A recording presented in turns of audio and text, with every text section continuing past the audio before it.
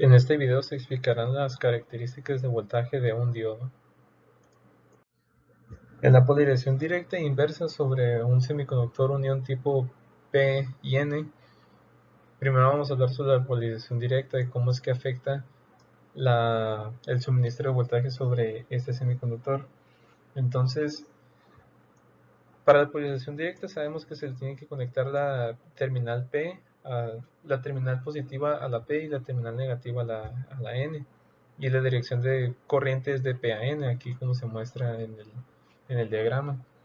Y para ver el comportamiento de la corriente cuando uno le está suministrando voltaje, se puede observar aquí cómo es que poco a poco, añadiéndole un poco de voltaje, va incrementando la corriente, pero llega un punto en donde es tan grande la corriente que a ese comportamiento se le denomina a ese punto voltaje de corte, que es cuando ya la corriente se dispara hacia arriba. Y ya con este comportamiento, podemos definir que este semiconductor actúa como un conductor, pero de la manera contraria, con la polarización inversa, cuando conectamos la terminal negativa sobre la P y la terminal positiva sobre la N, y la dirección de corriente es de N a P, podemos observar aquí en la gráfica cómo es que en la izquierda hacia abajo, cómo es que va tendiendo hacia abajo cuando le incrementamos la corriente, pero, pero casi se mantiene constante, casi como si fuera cero la corriente.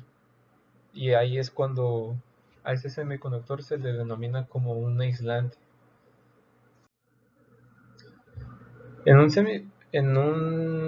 Para no estar dibujando los semiconductores como se ilustraron en la diapositiva pasada, se puede recurrir en la simbología de un circuito electrónico en un diodo, se puede, se puede representar de esta manera, donde aquí está la, el P y la N, ¿no?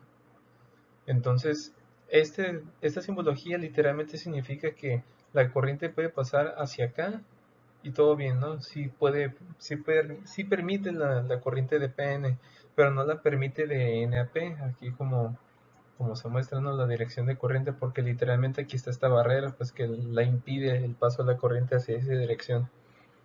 Y ahora la palabra diodo se puede interpretar como si agarramos la parte del di, significa dos, y el O2 viene, en algunos textos viene como una abreviación de electrodo. Entonces se llega a que un diodo es un dispositivo electrónico que permite el paso de corriente en una sola dirección a través de sus dos terminales. Ahora, el fenómeno de avalancha y el punto de quiebre. Hablamos hace rato de qué es lo que sucede en la polarización directa y la inversa, pero realmente no vimos qué es lo que ocurre cuando todavía le seguimos suministrando voltaje a la polarización inversa.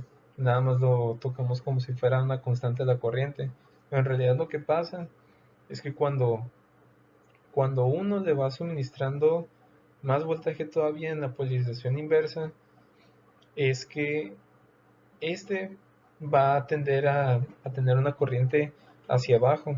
Pero ¿por qué pasa esto? Sucede que cuando uno le está suministrando voltaje, se genera una corriente muy pequeña, porque la barrera, la barrera de voltaje es muy grande. Y sabemos que los electrones y huecos no pueden pasar tan fácilmente, ocupan energía cinética para pasar y potencial. Pero cuando vamos incrementando todavía más la barrera, casi hasta estos extremos, uy, eso me salió feo, casi como estos extremos del semiconductor, todavía requieren mucho más energía cinética. Pero entonces lo que está sucediendo es que si hacemos un zoom a esta parte, podemos observar que está esta composición, ¿no? Pero si todavía le hacemos un zoom, hay que recordar que el semiconductor está compuesto de silicio, dopado con átomos de fósforo y de boro, ¿no? Pero enfocándonos en esta parte en donde está el parte del fósforo, aquí si nos enfocamos en este electrón libre, lo que este electrón libre va a pasar cuando todavía se le suministre voltaje, es que este va a tener tanta energía cinética porque si recordamos aquí hay pocos portadores de carga de electrones y aquí hay pocos portadores de carga de huecos. Entonces, debido a esto, cuando pasan la barrera, lo hacen pero con una energía cinética altísima. O sea, porque la lograron pasar, pero con una energía cinética muy, muy grande. Entonces, en su recorrido de N a P, hay una probabilidad muy alta de que, debido a esa energía cinética que tienen, logren arrancar uno de los electrones que están enlazados covalentemente del fósforo y del silicio. Lo arranquen y ahora se generen dos electrones libres. Entonces, cuando eso pasa, este electrón que estuvo aquí va a dejar atrás un hueco y ahora va a haber dos electrones libres y un hueco. Pero ahora ahí no acaba la historia, o sea, todavía van a estar los dos electrones libres y con una energía cinética muy grande y puede que llegue, lleguen estos dos electrones y sigan arrancando más electrones y sigan generando más huecos. Entonces se está generando una corriente que no es deseada, una corriente eléctrica que no es deseada y por tanto esto ya pierde su propósito como un aislante.